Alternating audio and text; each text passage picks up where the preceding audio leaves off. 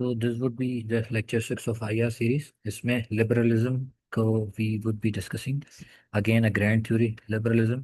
So हमने पहले ही इस चीज़ को कहा था कि why theories are used. So theories are used कि अगर कोई current affairs का event है so उसे theoretical lens से देखना होता है।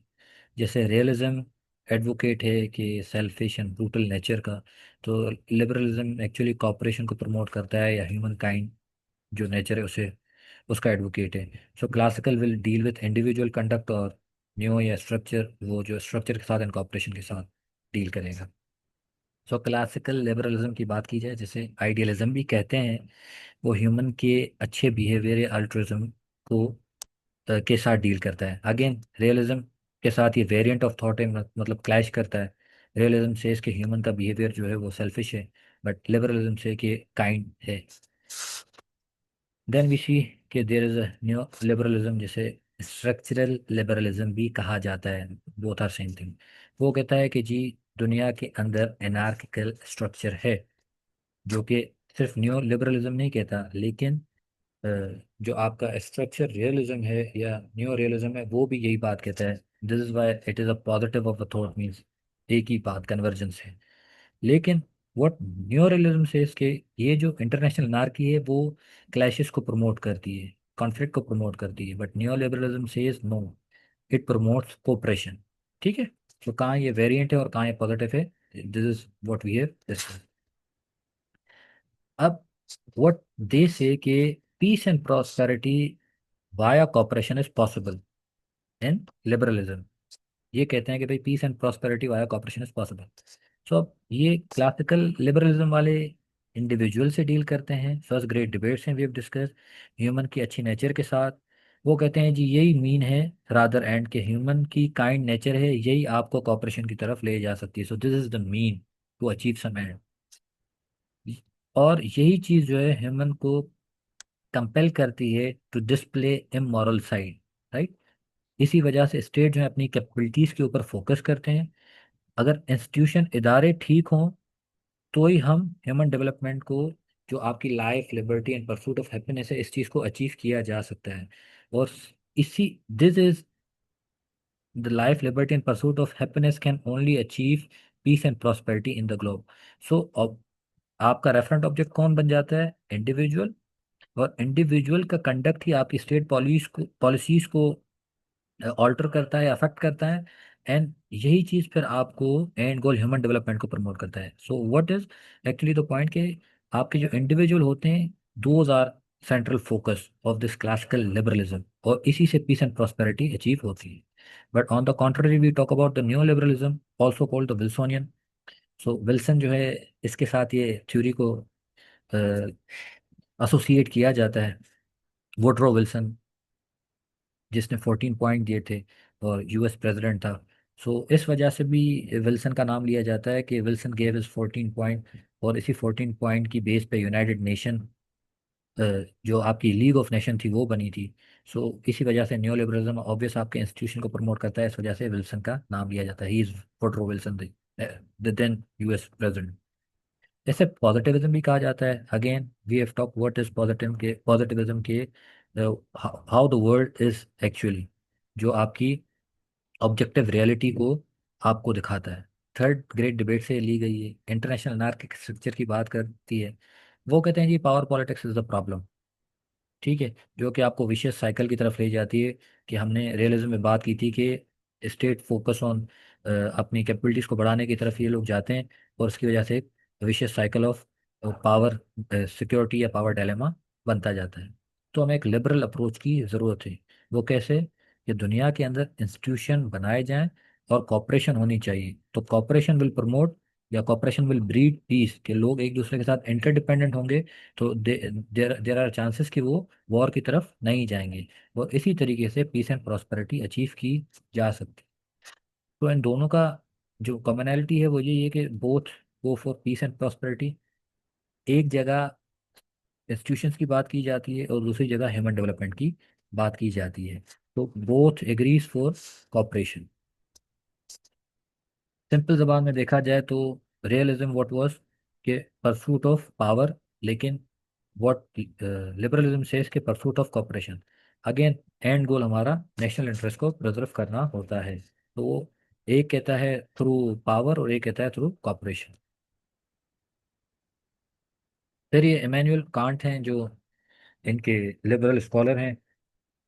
ही give us a perpetual peace triangle. Perpetual का मतलब कि इंक्रीजिंग पीस, के पीस को कैसे इंश्योर करवाया जा सकता है। तो वो हमें एक आइडिया देता है कि लिबरल इंस्टीट्यूशनलिज्म, जिसमें ब्रैकेट में मैंने मल्टीलैटरल के ऐसे इंस्टीट्यूशन होने चाहिए, like the UN is a multilateral institution जहाँ पे स्टेट्स बैठें और आपस के मसले डिस्कस करें। राइट। सेकंड वो कहता है कि लिबरल इंटरनेशनलिज्म, कि दुनिया के अंदर जो मुल्क हैं वो रिपब्लिक और लिबरल आइडियोलॉजी को फॉलो करें, क्योंकि यही पॉसिबल तरीका है कि जो डेमोक्रेटिक कंट्रीज होते हैं, जिसे डीपीटी भी कहते हैं, डेमोक्रेटिक पीस थ्योरी, के जो डेमोक्रेटिक कंट्रीज होते हैं, और ये जो लिबरल इंटरनेशनलिज्म का कॉन्सेप्ट कह रहा है कि they never go for war, democratic countries never go for war. तो अगेन ये पीस को जस्टिफाई करें। Third is liberal commercialism.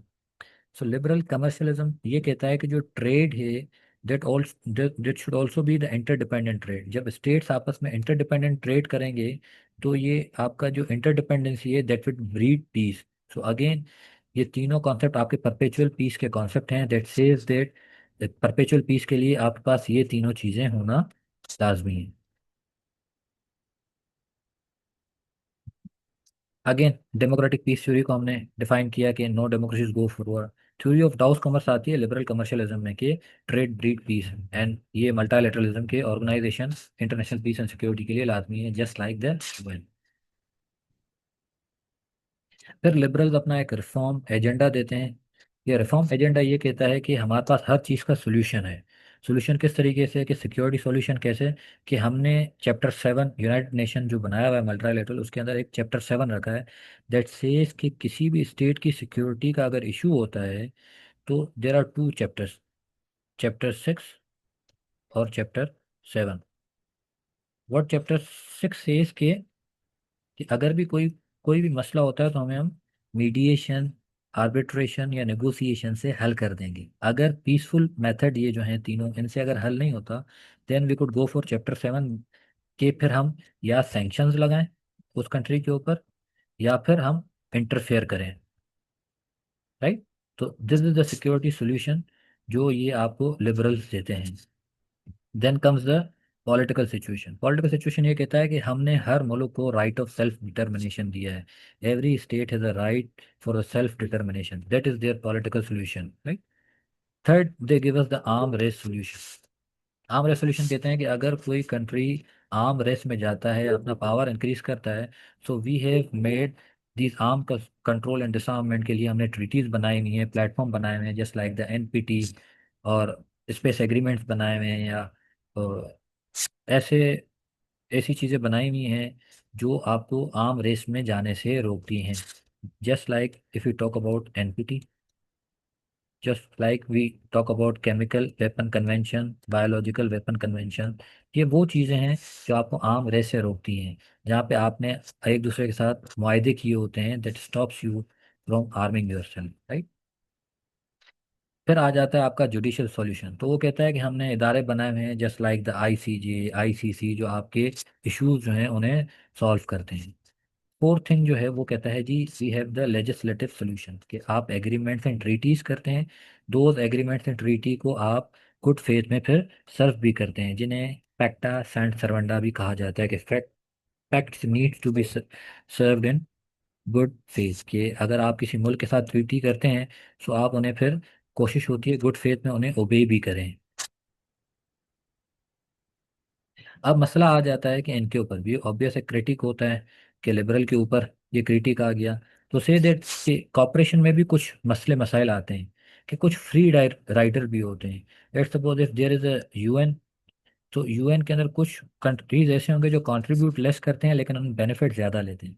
फिर कुछ जो है वो कंट्रीब्यूशन ज़्यादा करते हैं और बेनिफिट लेस होते हैं। इसकी एग्जांपल ऐसे है कि यूएन ने पीस कीपिंग मिशन बनाया हुआ है, तो कुछ लोग वो या ट्रुप्स प्रोवाइड करते हैं और कुछ लोग फाइनेंस प्रोवाइड करते हैं। कुछ ऐसे भी हैं जो प्रोवाइड कम करते हैं लेकिन फ़ायदा ज़्यादा लेते हैं। वैसे यूनाइटेड नेशन सिक्योरिटी काउंसिल के नॉन परमानेंट मेंबर्स की बात की जाए तो यूएन सिक्योरिटी काउंसिल में एक्चुअली 15 मेंबर्स होते हैं। 5 आर परमानेंट मेंबर्स जिन्हें हम P5 भी कहते हैं या वीटो पावर भी कहते हैं। 10 जो होते हैं वो नॉन परमानेंट मेंबर होते हैं। तो वो कहते हैं नॉन परमानेंट वो मेंबर होते हैं जो लेस कंट्रीब्यूट करते हैं, या कुछ ऐसे होते हैं जो बिल्कुल ही लेस कंट्रीब्यूट करते हैं। फिर आ जाती है game theory. What does game theory says कि there are two concept, one is zero sum game and the other is win win game. तो if this is state A and this is state B, तो अब अगर A is going to do something and B is going to do something, तो zero sum gain ही होगा। If A is achieving something, A कोई चीज हासिल कर रहा है, तो वो कहाँ से आ रहा है? वो उससे बी को नुकसान हो रहा है, that is relative to B, right. ये इस तरह से होता है कि what A achieves at the cost of B, या what B achieve at the cost of A, इस तरीके से। If this is for A and this for, अगर बी इंक्रीज करता है अपना, तो बी यहाँ तक आ जाएगा, ए की कॉस्ट पे आ रहा होगा। सो this is actually a zero sum game, जिसे जिसे हम रिलेटिव गेन भी कहते हैं। ये रियलिस्ट का पर्सपेक्टिव है कि अगर ए कोई चीज़ हासिल कर रहा है तो वो बी के साइड से या बी के पोर्शन से हासिल कर रहा है। ऐसी चीज़ जो है वो कॉन्फ्लिक्ट को प्रमोट करती हैं, जिसमें वो फिर एक दूसरे से इनसिक्योर होते हैं। But there is a concept of win win game. What is win win game? कि हम कोई भी चीज़, if A is doing something and B is doing something, तो लाजमी नहीं है ये रिलेटिव हो। A is doing for himself and B is doing for it self.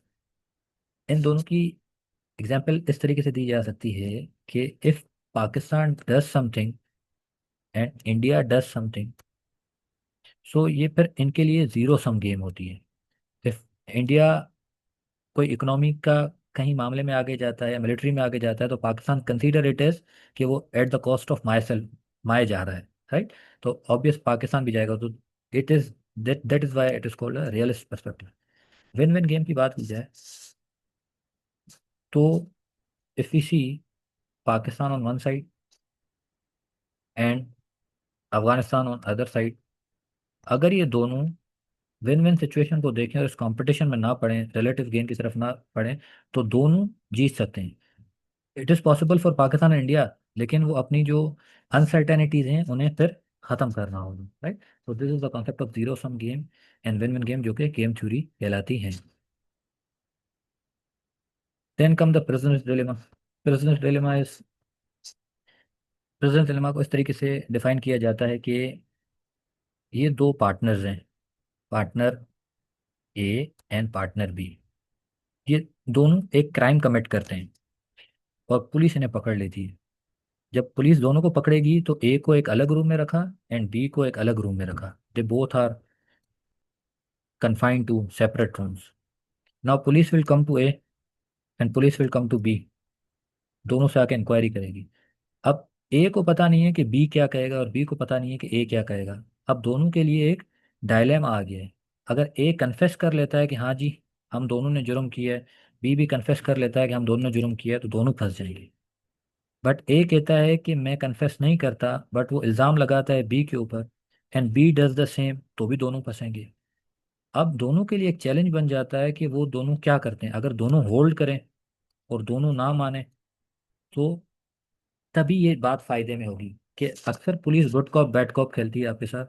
वो कहती है कि आप मान लें, बी ने मान लिया है, और बी को कहेगी आप मान लें, ए ने मान लिया है। तो दे प्ले साइकोलॉजिकली। अब that is up to you कि यू होल्ड और यू कन्फेस। आप फंस जाते हैं इसमें। तो this is known as prisoner's dilemma. फिर आ जाती है एक new new debate. New new debate is actually comparison of new realism and new liberalism. वो अजम्पशन की बात करता है कि दोनों मानते हैं हाँ जी इंटरनेशनल अनार्की है सिस्टम में, लेकिन वो कहता है कि जी कॉपरेशन करने से पावर लूज होता है, वो कहते हैं जी कॉपरेशन इज पॉसिबल और फायदेमंद है। फिर न्यू रियलिज्म वाले आपकी मिलिट्री एंड सिक्योरिटी पे ज़्यादा तवज्जो देते हैं, और ये आपके ह्यूमन राइट्स एंड इकोनॉमी के ऊपर ज़्यादा तवज्जो देते हैं।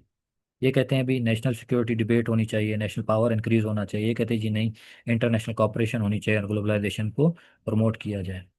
ये ऑब्वियस रियलिज्म है। तो ईगोइस्ट मैक्सिमाइजेशन होंगे, मैक्सिमाइजर होंगे, और ये जी कॉपरेशन की तरफ जाएंगे।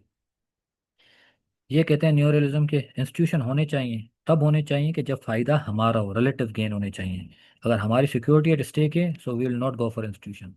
बट ये कहते हैं कि नहीं, ये नेसेसरी फॉरेन पॉलिसी का एलिमेंट है, ज़्यादा से ज़्यादा इंस्टीट्यूशन होने चाहिए। वही इमैनुअल कांट की के perpetual peace institution are mandatory. ये रियलिज्म वाले से पूछा जाता है भाई वॉर क्यों होती है, तो कहते हैं ये हमें नहीं पता। राइट, वो इस चीज़ को एड्रेस नहीं करते। लिबरलिज्म से पूछी जाती है, वो कहते हैं जी कोऑपरेटिव डिज़ाइन का फेलियर होता है तभी वॉर होती है। जब कोऑपरेटिव डिज़ाइन फेल हो जाते हैं तभी वॉर होती है, और वो ये जस्टिफाई करते हैं जब से यूएन बनी है तब से कोई वॉर नहीं हुई।